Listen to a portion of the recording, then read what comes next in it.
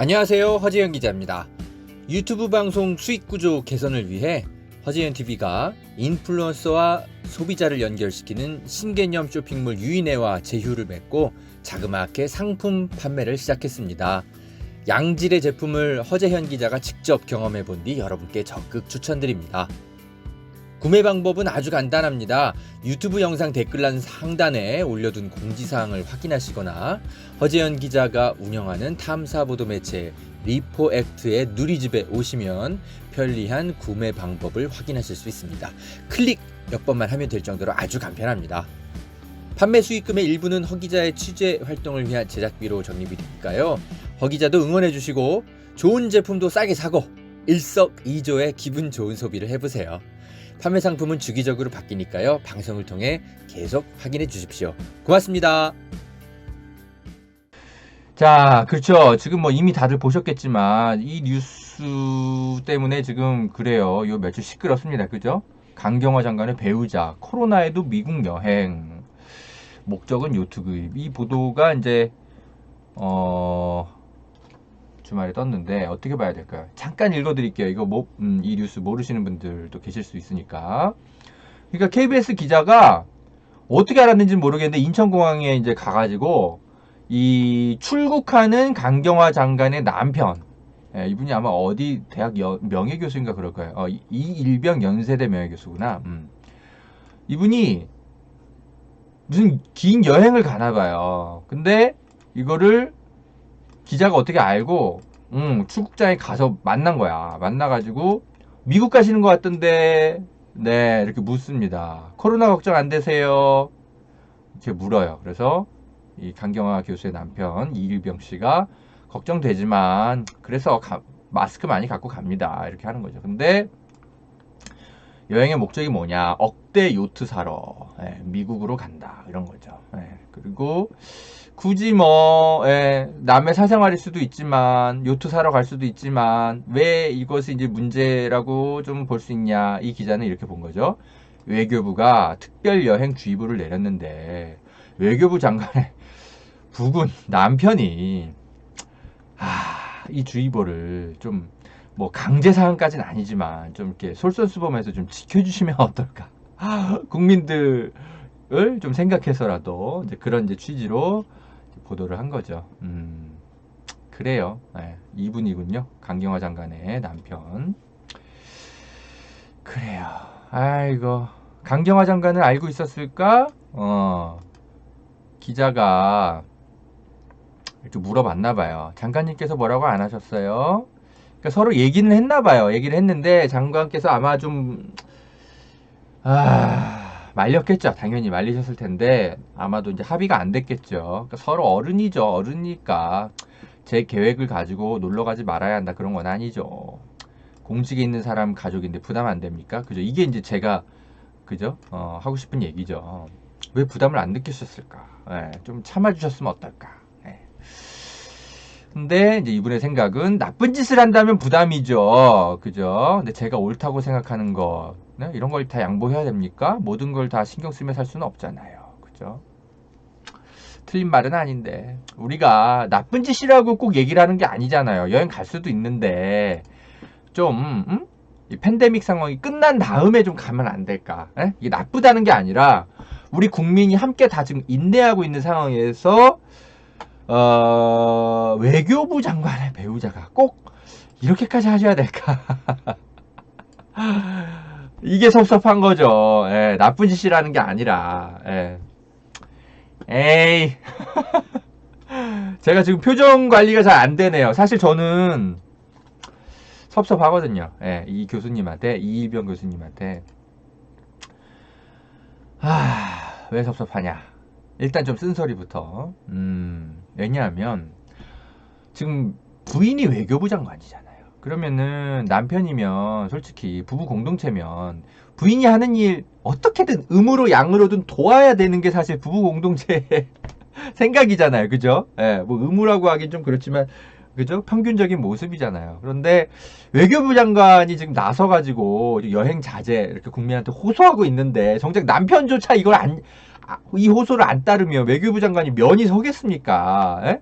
많은 국민들이, 그러니까 우리 같이 우리 이제 강경화 장관의 편에 서 있는 사람들은 어떻게든 이해하려고 노력하지만, 어떻게든 트집 하나 잡아가지고 강경화 장관을 괴롭히고 문재인 정부 헐뜯으려는 사람들이 널려 있는데, 그 사람들을 좀 생각해서라도 좀 부인의 입장을 좀, 그죠? 고려해 주셨으면 어땠을까? 저는 그게 섭섭한 거죠. 왜냐면 우리 사회 눈높이가 있는 거거든요. 그러니까 뭐냐면, 장관은 장관이고 남편은 남편이고 부인은 부인이고, 우리가 그런 사회의 눈높이로 아직은 아직 그 상태는 아니잖아요, 우리 사회가. 그래서 그 왜 작년부터 1년 넘게 지금까지 이 조국 장관의 부인, 장관도 아니고 장관의 부인이야. 그 부인과 관련한 표창장 뭐 위조를 했는지 뭐 했는지 이것과 관련한 재판 가지고 1년 넘게 아직까지도 우리 사회가 얼마나 시끄러워요. 장관도 아니고 장관 부인. 우리 사회의 눈높이가 그렇단 말이죠. 그 장관은 장관이고 부인은 부인이고 남편은 남편이고, 우리 사회가 아직까지는 그런 생각을 하는 사회가 아니란 말이죠. 그래서 그런 것들을 이제 생각한다면, 그죠? 강경화 장관의 남편께서, 우리 부인이 조금이라도 곤혹을 겪으면 안 되니까 내년에 가자. 백신이 나온 이후에 가자. 이러 주셨으면 어땠을까? 저는 그게 속상한 거죠. 그래서 제가 지금 인상이 막 안 펴지는 겁니다. 저는 섭섭해요. 우리 사회는 아직까지도 장관의 배우자에게까지 그 장관급의 행동과 어떤 도덕적 처신, 이런 것들을 기대하는 사회이기 때문에 그렇단 말이죠. 그래서 요트 사러 갈 수 있죠. 요트가 취미인데. 그리고 1년 전부터 계획했던 어떤 여행 계획이라면서요. 그러니까 그런 걸 누가 하지 말라고 합니까? 돈 있으면 요트 여행 할 수도 있는 거죠. 뭐 그거를 그죠? 뭐라고 탓할 것도 아닌데, 사업상 꼭 필요한 여행이 아닌 어떤 다른 해외 여행은 계속 그 정부가 나서서, 강경화 장관이 특히 나서서 이걸 자제를 호소하고 있는 상황이라면, 아이고, 좀만 더 참아주시면 어땠을까? 그죠? 그런 게 섭섭하고 아쉬운 거죠. 그리고 우리가 지금 추석 연휴 기간에 온 국민이 지금 뭐랄까, 그죠? 부모님 뵈러 가는 것조차도 지금 다 참고, 가족들이 거의 1년에 한번 만날까 말까 하는 것조차도 참아가면서 이 명절을 보내고 있는 와중에 하필이면 이때 이런 소식이 터지니까, 가뜩이나 이제, 그죠? 문재인 정부 헐뜯으려는 사람들은, 그죠? 또 하나 먹잇감 찾은 거죠. 이런 게 속상한 거죠. 이런 게. 요트 여행을 우리가 뭐라고 하는 게 아니라, 나쁜 짓이라고 하는 게 아니라 말이죠. 그래서 모르겠어요. 뭐랄까, 왜. 하여튼 남편은 남편의 삶이고 부인은 부인의 삶이고, 물론 이제 그럴 수는 있는데, 부부 공동체라는 말이 있는 것이니까 이제 꼭 그렇게만 얘기할 수는 없는 게 아닌가, 이런 생각이 듭니다. 그래서 아쉬운 거죠. 아쉬워서 그런 거죠. 잘못했다라는 기보단 아쉽고 섭섭해서 그런 겁니다. 국민으로서. 일단 여기까지 쓴소리. 그런데 아무리 봐도 이 KBS 보도는 모르겠어요. 좀 과잉인 것 같아요. 저는 이런 생각이 듭니다. 이게 왜 과잉이냐면, 뭐랄까, 공직자의 가족이더라도 검증을 할 수는 있죠. 공직자 가족도 검증 대상이니까. 우리 사회의 기준이 그렇잖아요, 눈높이가. 그런데 지금 이 보도의 수준을 보세요. 이건 거의 스토킹 하다시피 해서 보도를 한 거예요. 공항에 기자가 뻗치기 해가면서까지, 그죠? 이 보도를 한 거예요. 이게 여러분, 기자가 거의 하루 이틀 거의 이 공항에 뻗치기 했을 가능성이 커요. 이렇게 해서 이 사람 인터뷰를 해내고, 기자가 편집하고, 이거 녹음하고, 그리고 또 이렇게 글로도 쓰고, 하고, 거의 일주일 날린 기사입니다. 일주일을 아마 소비했을 기사예요. 이게 KBS 기자가 일주일을 소비해가면서 취재할 정도로의 거대한 사회 악입니까? 여러분 어떻게 생각하세요? 그런 면에서 조금 보도가 좀 과잉인 것 같아요. 과잉. 그리고 이게 제가 또 하나 의심스러운 건 말이죠.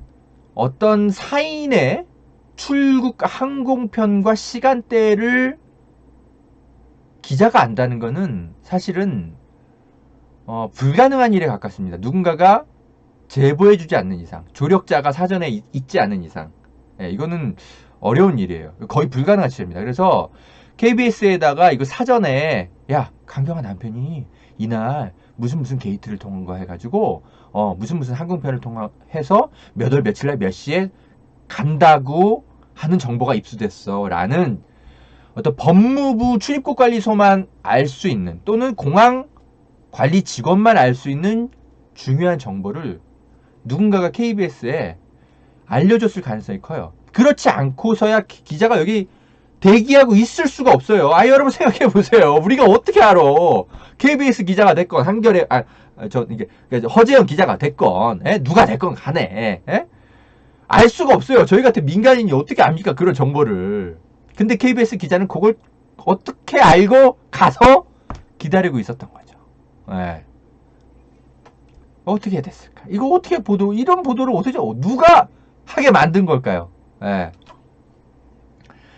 그러니까는 이런 부분들을 생각해 보면 KBS의 보도 측은 너무 과잉이다라는 거죠. 공영방송의 보도 측. 이게 조중동 기사라면 얘네들은 원래 눈에 불을 켜고 문재인 정부 헐뜯으려고 노력하는 인간들이니까 그러려니 하는데, 이 공영방송의 기자가 굳이 명절에 자신의 그런 걸 다 헌납해 가면서 이거를 무슨 거대한 사회 악이라고 이렇게까지 시간 투자해서 보도를 할 만한 가치가 있는 걸까? 비례와 균형, 어떤 이런 생각을 해봤을 땐 좀 과잉이라는 거죠. 그래서 공직자 가족들을 기자들이 이제 감시하고 검증하는 건 있을 수 있는데, 이런 걸 생각해 볼 필요가 있어요. 기자들에게 검증할 수 있는 어떤 공직자 관련한 또는 가족들의 정보를 선택적으로 미끼처럼 던져주는 어떤 세력이 있단 말이죠. 그래서 우리 언론들은요, 나는 공직자와 공직자의 가족들을 감시할 거야, 나는 사명감 쩌는 기자, 이렇게만 그쳐서는 안 돼요. 나에게 이 정보를 던져주는 사람들의 의도, 그것에 대해서도 같이 긴장해야 됩니다. 여러분 어떻게 생각하세요? 그래서 기자들이 이제 뭐랄까, 평소에 어떤 사명감 갖고 일하는 건 좋죠. 당연히 그래야 되고, 기자가. 근데 긴장해야 된다는 겁니다. 나에게 이런 정보를 던져주는 사람들의 의도에 대해서. 그래서 내가 사명감을 갖고 일하는 거랑 그 사명감이 발휘될 수 있는 현장을 찾아주는 세력들은 다른 겁니다. 그래서 대중이 자꾸 선택적 정의, 선택적 제보에 대해서 제발 기자들아 경각심 좀 가져. 우리가 진영주의가 아니라 이런 경고를 자꾸 하는 이유가 그런 겁니다. 이런 측면에서 봤을 때는 이 KBS의 이 최영윤 기자, 뭐 기레기라고까지 제가 얘기는 안 하겠는데, 이게 좀 균형 감각을 좀 갖춘 제보와 취재와 보도의 수준인지는 좀 고민해볼 여지가 있죠. 김지혜님, 그래요. 고맙습니다. 불꽃향기님, 아이고 못 믿겠다 이렇게까지 얘기하지 마시고요. 제가 그런 말씀 드리는 건 아니고요.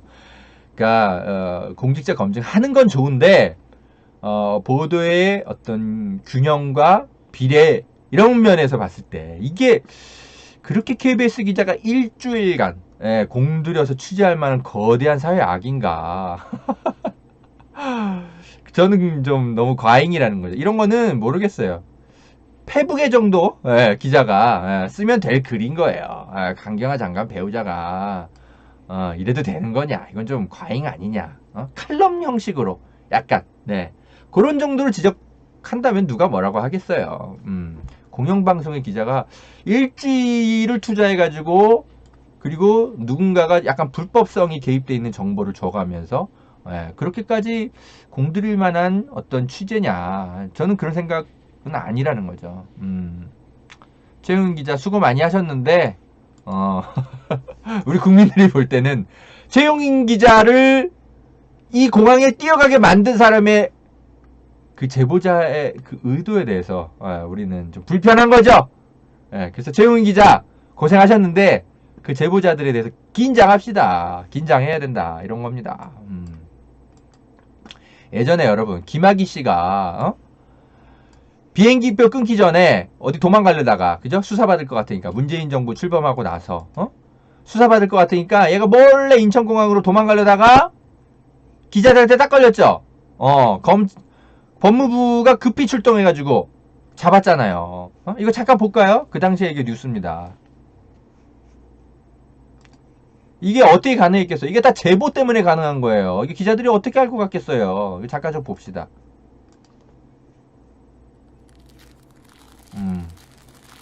예쁘게 생겼네. 잠깐 스킵. 청정 때문에 공정하십니까? 또 안조 사연에 왜 불응하시나요? 그러니까 한 말씩만 해주세요. 그죠? 안조 사연에 왜 풉니까? 김학의 현장에서 딱 걸린 거야.